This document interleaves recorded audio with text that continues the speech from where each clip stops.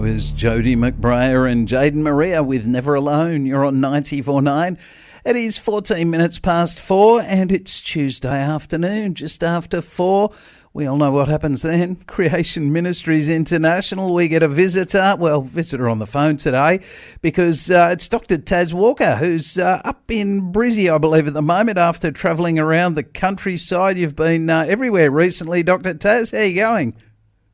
G'day, Mick. It's good to talk to you. Yeah, I've been, not everywhere, but a few places. I've been in Melbourne and I've been in Adelaide and checking around Adelaide, so it's been good to be down there. And now I'm with you in Newcastle. Oh, you're in Newcastle? No, well, we're below Newcastle, no, just below. No, you're in Newcastle. We're just below. You. We're Central Coast, which is pretty Central close. Coast. Well, considering pretty where close. You are, it's right next door, yeah. Yeah, that's right. I'm in Brisbane. Now, of course, if anyone has any questions for Dr. Taz today, we'd love you to send them through to our text line. You just send an SMS to 0401 949 949. That's 0401 949 949. And, of course, we love to answer your questions. We love to talk about, recent news and stuff as well. And Dr. Taz, I've got to ask you about this. This is something that has sort of come up today. I mentioned it earlier just briefly. I've noticed with all this stuff going on in the Middle East, and of course there's a lot of fear out there, people sort of concerned about what's going on.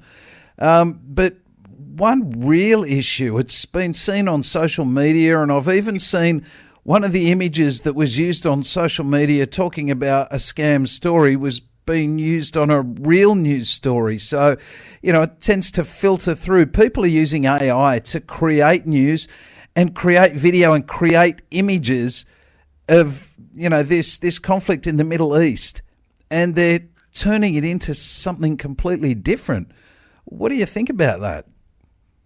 Yeah, once people start using that, it's really hard to know what's true and what's not true.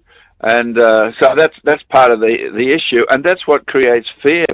People can put all sorts of stuff up on these videos, and it can terrify people that watch them.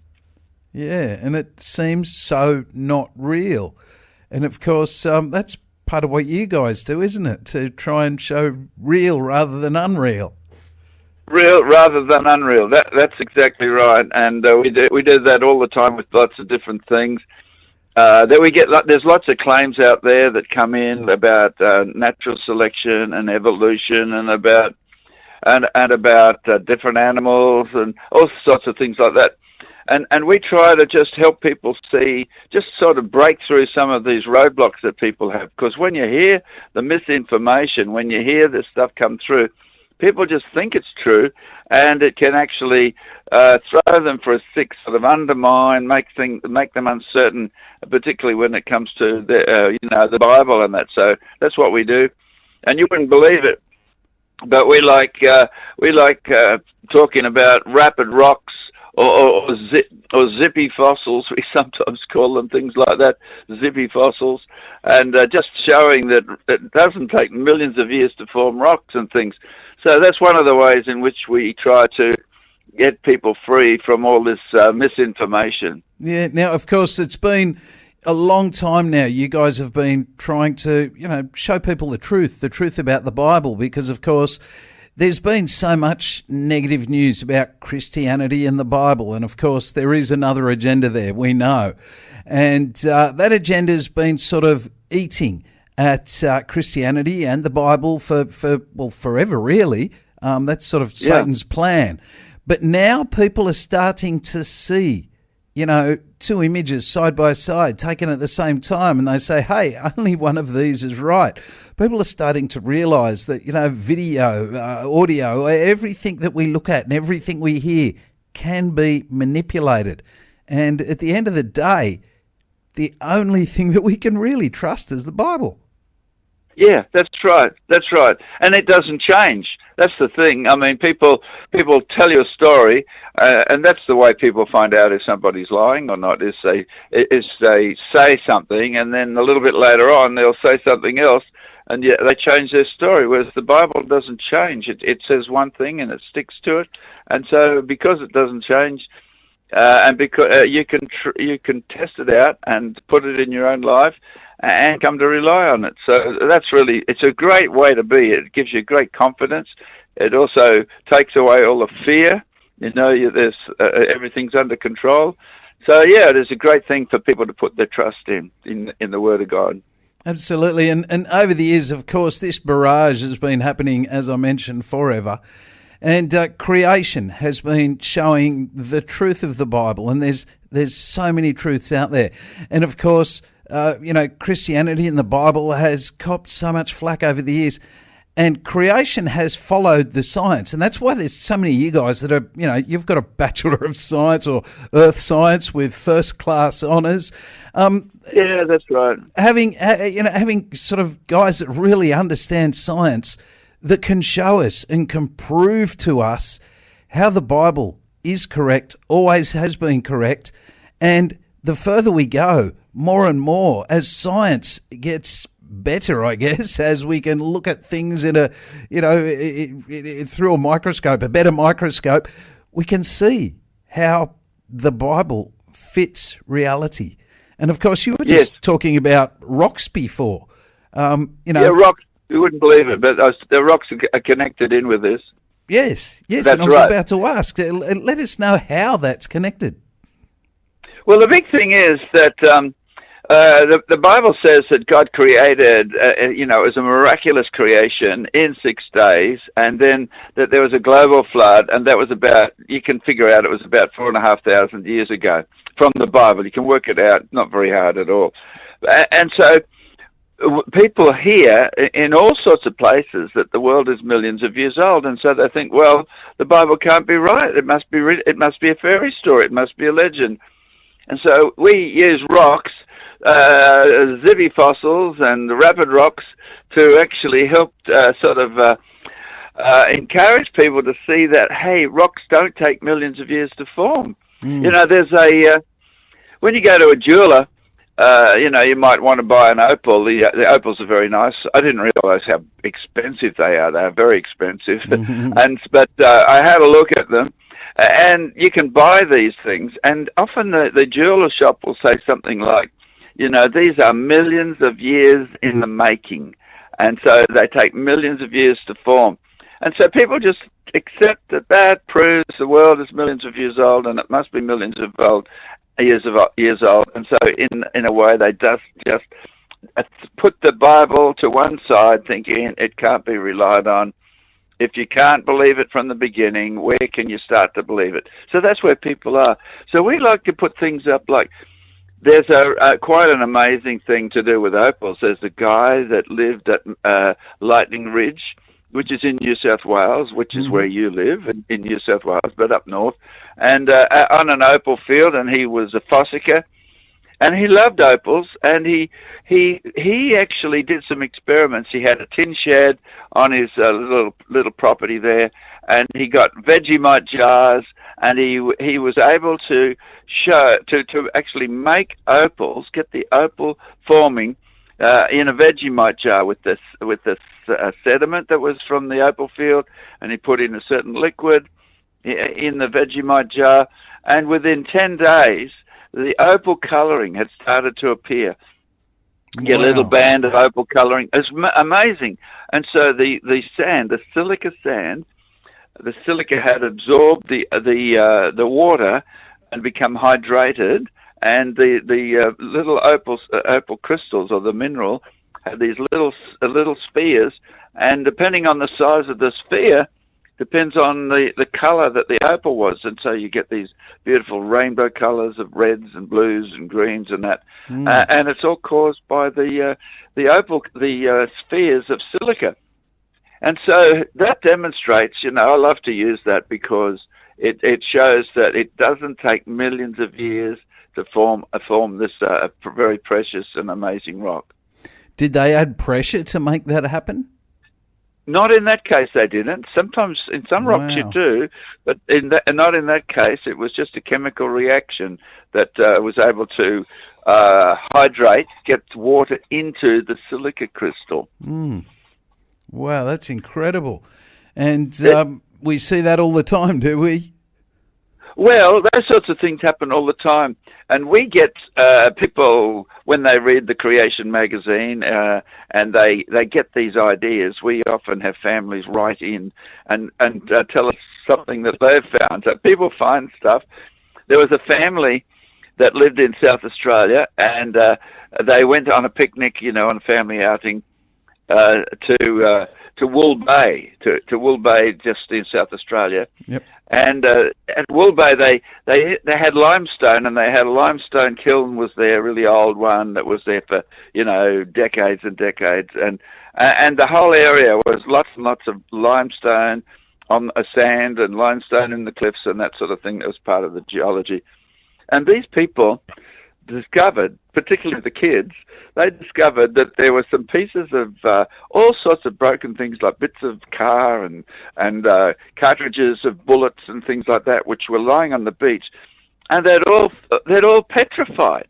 There were some bullets and things that had petrified to form like a conglomerate, rock, all welded together by this limestone mineral which was there. And so they sent us in lots of pictures. They sent in pictures of a gear case which was encased. They sent us pictures of the various rock-encased fossils that they had, and they were on the beach. So they had a ball, and they sent us these pictures, and we put that into an article in Creation magazine some years ago. But and we called it Zippy Fossils because a fossil is a sign of life in a rock. And so even a gear case is a sign of human life, isn't it? So it would qualify as a fossil. So people, once they get the idea, they get very excited and able to see these sorts of things everywhere, and makes them very, excited about it all. Yeah. Well, look, we're going to have to go into a little break now. We are with Dr. Taz Walker from Creation Ministries International. If you have any questions for Dr. Taz, please send them through to our text line. That's 0401 949 949. That was Newsboys with Love One Another. You're on 94.9. It is 25 minutes to 5. And we have Dr. Taz Walker on the line. He's a Bachelor of Earth Science, Bachelor of Engineering, PhD in Mechanical Engineering. And he's been talking to us today a bit about, how, the news can be so manufactured. And it has been for so many years. And about how, people who say the world is, millions and billions of years old, well, how many rocks that we believe take millions and billions of years to form, can actually take, in some cases, just days. That's right, isn't it, Dr. Taz? Yeah, that's right. It's exactly right. And we get lots of examples of those, and some interesting stories come when we're trying to do our research on them. Uh-huh. So there was one example. There's a revolutionary new ground improvement technology that was developed in Western Australia by the CSIRO, and I came across this. It's basically to help foundations. If there's embankments, like a tunnel which is starting to collapse, or something like that, or foundation that's moving and people want to strengthen it, or even if you've got a monument, a sandstone monument, which is starting to fall apart, they developed this amazing technology to be able to strengthen it. And what they say is it says turn sand into rock in the same way nature does. So that's what they do, sand into rock the same way nature does. Wow. And they say, but a million times faster. Actually, if it does it the same way nature does, and it does it in a quick time, well, maybe that's the way it formed in the first place.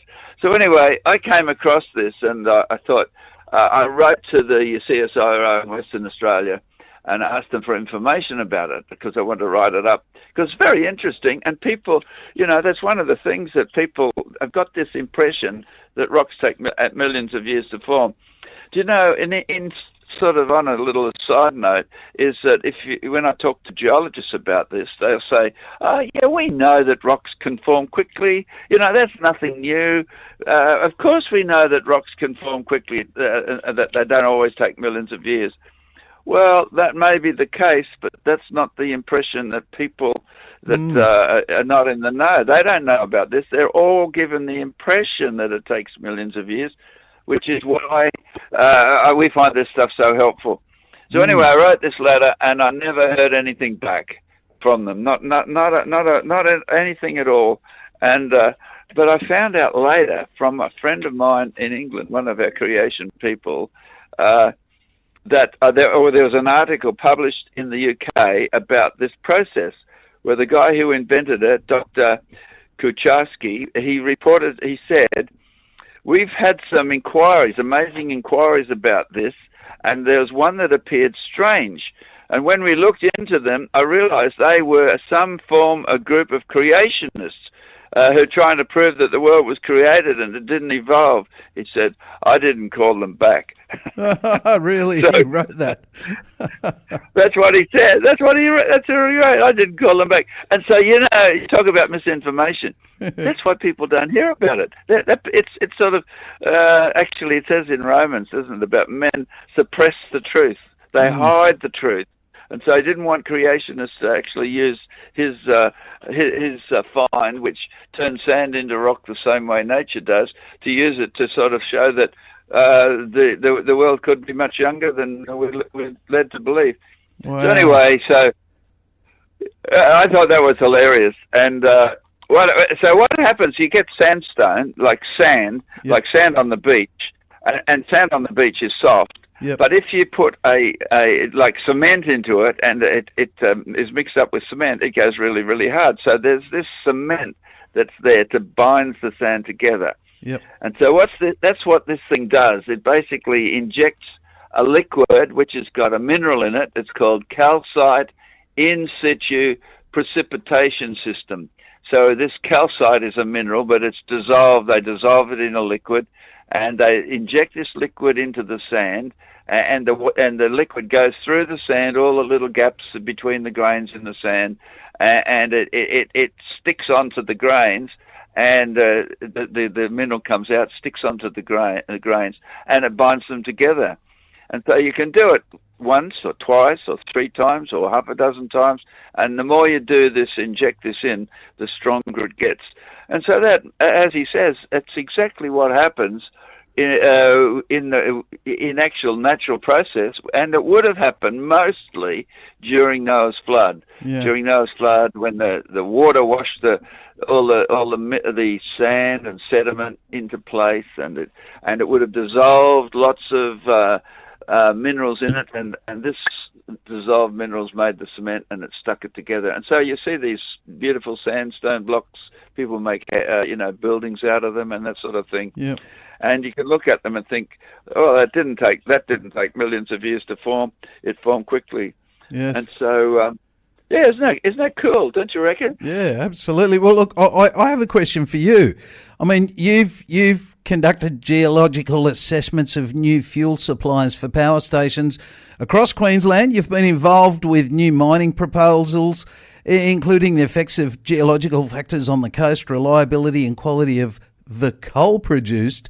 So my question is in regards to coal, okay? We hear that coal's been in the ground for millions of years and it's basically old squashed forests.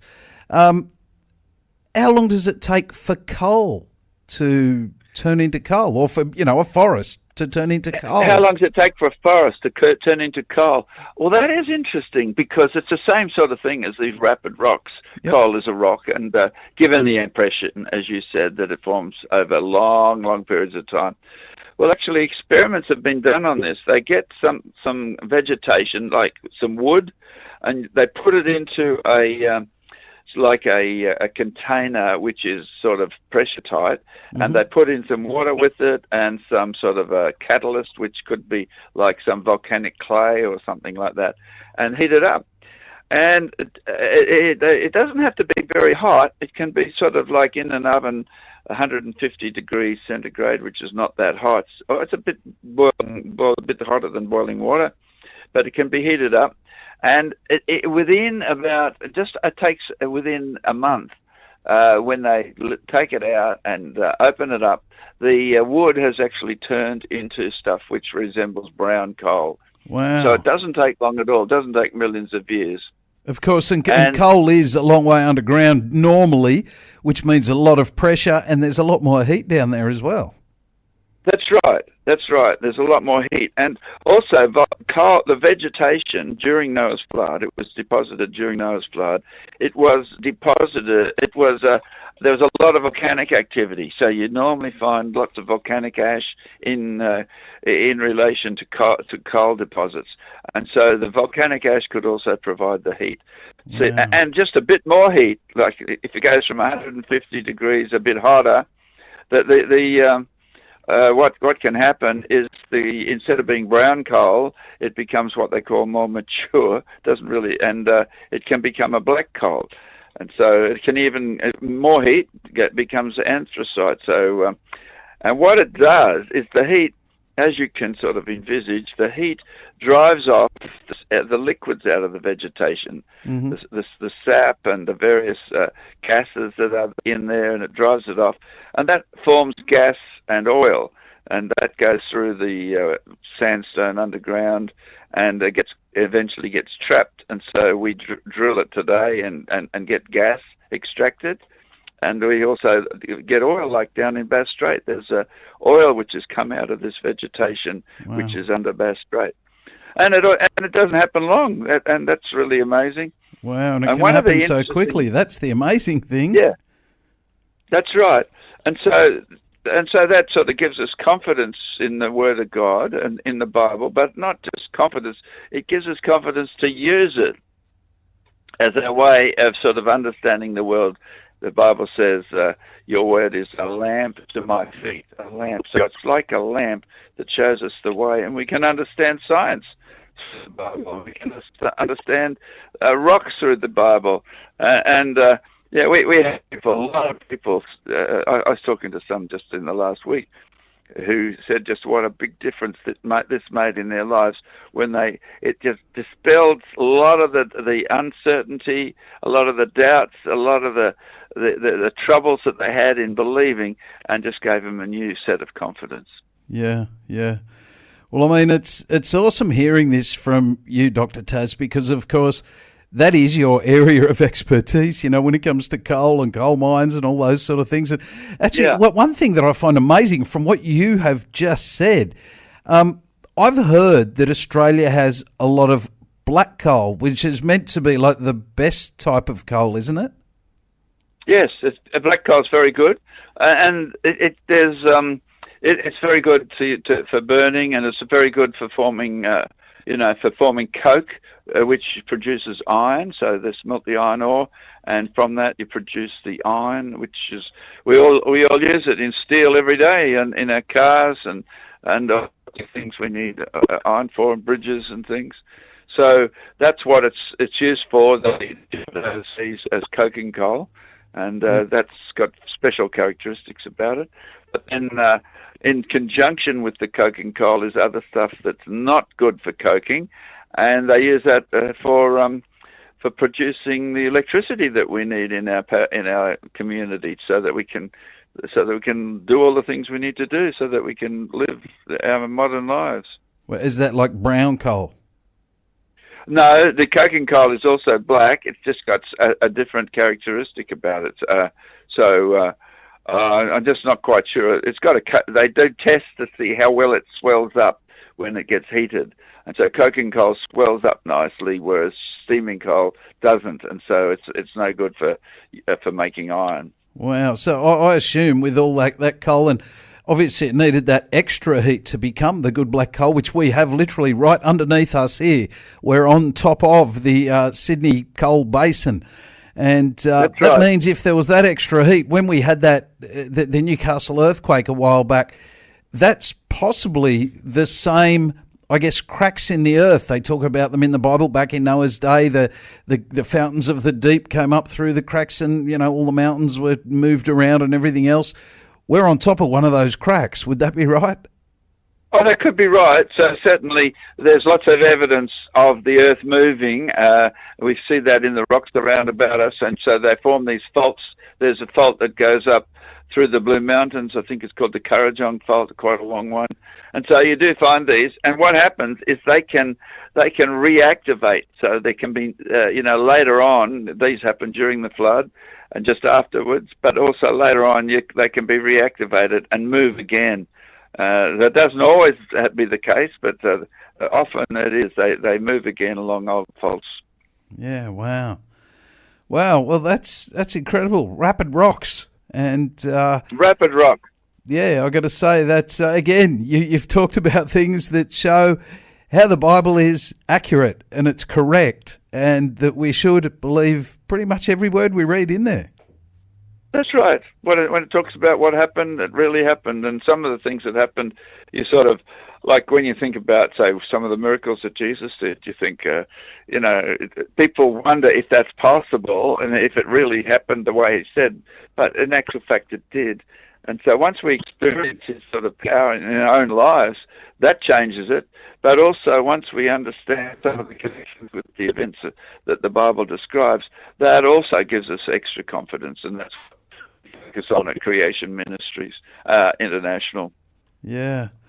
Wow. Well, thank you, Dr. Taz Walker. It's been... if anybody wants any more information, the website is creation.com. I always make a joke, say, it's really hard to remember where to go if you want to find out about creation. Creation.com. Yes. And people can find all sorts of stuff on there, and they can get connected to the email newsletter, which also keeps them up to date. Absolutely. Well, thank you, Dr. Taz. Another awesome week, and we look forward to the next time we're talking with you. Oh, that'll be nice. Good on you, Mick. It goes so quick, doesn't it? It does. And look, we did have a question come in. We didn't get a chance to actually answer it. Maybe you could give us, I don't know if you can do this in a few words. Would this cementation process be the same as Uluru? And I think that was... Yes, it is. Uluru is cemented together. That's right. So it's a sandstone, and if you go there, you can see it's laid down by water, and there is a cement that binds it together. Yeah, wow. And I assume all the sandstone we get going down the freeway here as well. Yes, exactly right. So there's a lot of cement, and that's right. You can see it in the road cuts and things, and that was formed by the cement. And there's a lot of cement in the water, which deposited the sand, which so that's how it works. Wow. Well, thank you again, Dr. Taz Walker. It was awesome having you. Good on you. It's always good. Good on you, Mick. All right, up next, we've got New Colours, Weather the Storm.